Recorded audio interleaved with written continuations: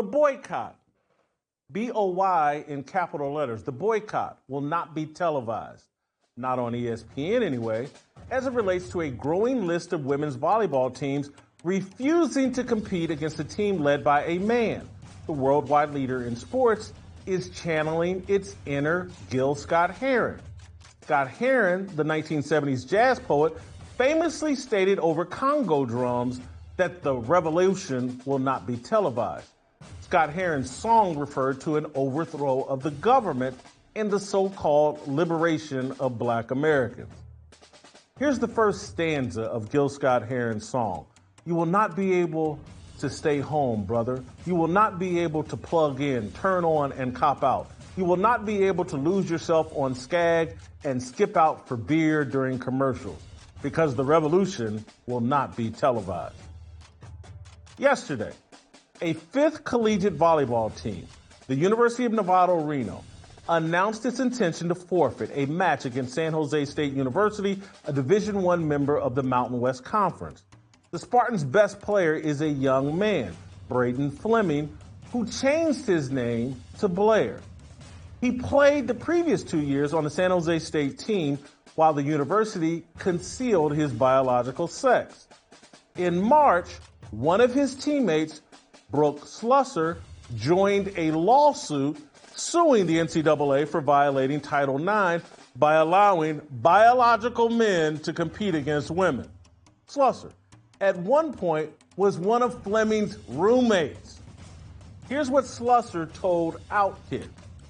It was a really hard pill to swallow because I couldn't comprehend the fact that there was a man on the team, and it was almost as if I was in denial for a really long time that this was happening. So it was just really hard for me to wrap my head around. And then it still being a topic we weren't really allowed to talk about, it was just kind of whispers behind closed doors, and this is what's happening, but no one's really talked about it or addressed it. Slusser's experience sounds exactly like what's going on at ESPN, a mature media institution born in 1979. Slusser is a child. She's supposed to be confused and wishy-washy. A genuine worldwide leader would be exploring this controversial topic and providing Slusser and others the information and insight to make an informed decision on gender identity. 45-year-old ESPN is a scared child. Disney won't allow its broadcasters to address the important issue in all of sports, one of the most important issues in all of sports. I'm sure they whisper about it behind closed doors. But in front of cameras, Stephen A. Smith, Pat McAfee, Ryan Clark, Shannon Sharp, and all the other talking heads, they're silent. It's quite the contrast, the difference between how ESPN handles racial conflict and gender conflict. 2 years ago, a black Duke volleyball player claimed a BYU fan called her a racial slur during a match. Smith and Sharp launched loud, on-camera defenses of Rachel Richardson. Take a listen to Stephen A. Smith. I'm saying BYU, you did it by allowing this to happen and not addressing it expeditiously, not addressing it with the level of quickness and speed that you should have addressed it with. So now instead of looking at that fool, that racist bastard that was spewing that nonsense towards Miss Rachel Richardson, instead of looking at that person, now we're looking at the university all because of a dereliction of duty that you put forth because you couldn't find it in yourself to address it immediately. Everybody got wound up. Don Staley, the head basketball coach at South Carolina. Let me repeat that. Don Staley, the head basketball coach at South Carolina. Basketball in South Carolina. Not volleyball, not BYU, not Duke. The head basketball coach at South Carolina canceled a basketball game at BYU, claiming her players wouldn't feel safe because some volleyball player at Duke allegedly got called a name. ESPN.com ran several front-page stories about the incident and Staley's response. BYU conducted an extensive investigation trying to identify the alleged perpetrator. The investigation concluded the alleged verbal attack did not happen. The allegation never made sense. A group of college kids in a closed environment shouting the N-word with smartphones everywhere? This is Juicy Smollett all over again, except Rachel Richardson's auntie is the one that brought this to light or drummed up this bogus deal over Twitter. But now we're looking at something real, something important, something traumatic happening in the world of volleyball and sports. ESPN has nothing to say. Nothing to say. Nevada, Southern Utah, Boise State, Wyoming, Utah State have all announced they won't play against Brayden Fleming and San Jose State. Hours after the Nevada team made its announcement, the administration at Nevada contradicted the young women on its team. They released the university, its own statement. Here's a bit of it. The players' decision and statement were made independently and without consultation with the university or athletic department. The players' decision also does not represent the position of the university.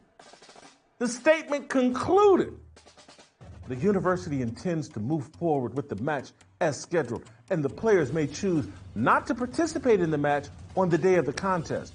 No players will be subject to any disciplinary action for their decision not to participate in the match.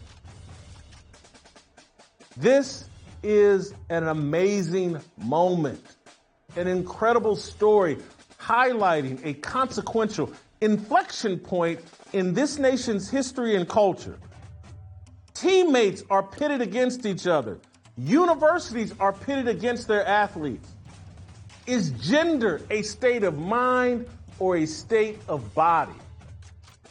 The answer is obvious. The confusion is a byproduct of a lack of public debate. It's not debated because the people who prefer state of mind realize they would be slaughtered in a public debate. Their public silence and not so private bullying have sparked an untelevised revolution. I call it the Cis Rights Movement. CIS, taking their word. It's led by former University of Kentucky swimmer Riley Gaines. She publicly complained 3 years ago when William Leah Thomas invaded women's swimming and stole an NCAA medal from a woman. Gaines is the Rosa Parks for female athletes. Her courage has spawned the courage we're seeing from volleyball players at Nevada, Wyoming, Boise State, Southern Utah, and Utah State. This week, the women at Utah State started wearing BOYcott t-shirts. They want boys out of their locker room and out of their sports. They understand that women excel in athletic competition when they're left to compete among themselves. That's a message progressives don't want spreading. Leftists believe in androgyny. They believe men and women are the same. They reject the word of God written in the book of Genesis. They reject common sense. Defending their positions publicly would expose their hostility to God and common sense. Disney and ESPN will not televise this revolution, especially not in an election year when the Democratic nominee hails from San Francisco, parties with drag queens, and believes children should be surgically castrated on demand. This is incredibly important, what we're witnessing. That's the end of my fire starter. What we're witnessing, incredibly important.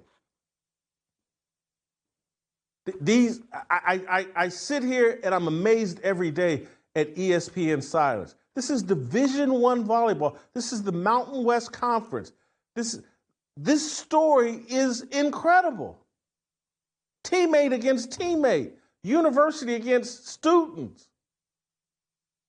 Where do we draw the line with this LGBTQIA plus crap? ESPN, no, we're not talking about, we can't defend our position, so we're not going to defend it. We're going to stick our heads in the sands, cover our eyes, cover our ears. We see and hear nothing. We're not going to address it. No one talk about it. I'm going to say all this to repeat once again why it's important that you support this show. It's the only sports show that talks about what's really going on. It's the only one.